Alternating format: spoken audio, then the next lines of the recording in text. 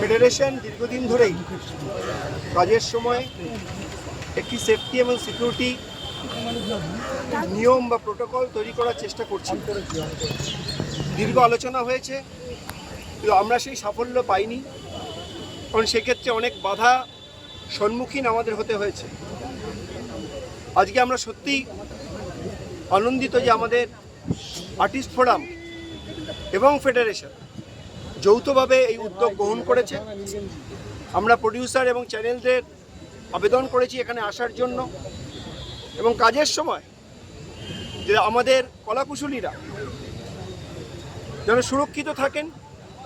যদি তাদের কোনো দুর্ঘটনা বা ঘটনা ঘটে, তাদের যেন সুরক্ষা ব্যবস্থা অবশ্যই দেওয়া হয়। শিল্পীদের ক্ষেত্রেও যেন সমভাবে সেই জিনিসটি দেওয়া হয়। এটার জন্যই আজকে আমাদের এই কর্মবিরতি বলতে পারেন বা আমাদের ডিসকন্টিনিউ অফ ওয়ার্ক বলতে পারেন। তো সেটার জন্যই আজকে আমরা করেছি, কারণ কাজের সময় নিরাপত্তা না পেলে আমাদের পক্ষেও এটা বলা সম্ভব হচ্ছে না বা করা সম্ভব হচ্ছে না। এটা সবাইকে বুঝতে হবে, এটা চ্যানেল প্রডিউসার্স সবাইকে বুঝতে হবে। অলরেডি ইম্পা আপনারা জানেন গতকালই একটি চিঠি আমাদের কাছে পাঠিয়েছে।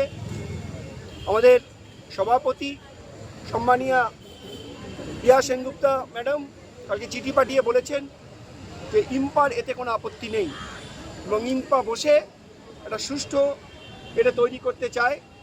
আমি কলাকুশলীদের তরফ থেকে, ফেডারেশনের তরফ থেকে তাদের ধন্যবাদ এবং কৃতজ্ঞতা জানাচ্ছি। আমরা আশা করব চ্যানেল এবং যারা আমাদের টিভি প্রডিউসার্স আসেন তারাও কলাকুশলীদের ক্ষেত্রে এগিয়ে আসবেন, শিল্পীদের ক্ষেত্রে এগিয়ে আসবেন।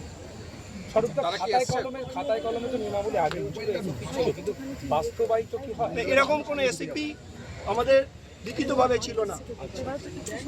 এই প্রথম আমরা দীর্ঘদিন ধরে চেষ্টা করছিলাম, সেটা বিভিন্ন বাধা, বিভিন্ন কস্ট, বিভিন্ন বিষয় আমি সবটাই বলতে পারি না, চাইছি না প্রকাশ্যে বলতে।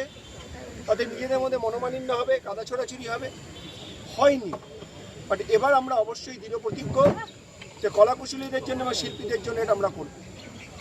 চ্যানেল কর্তৃপক্ষ বা প্রডিউসার তারা আসছে, কখন বৈঠক সবাইকে আসতে বলা হয়েছে, আমরা অপেক্ষা করছি, নিশ্চয়ই তারা আসবে।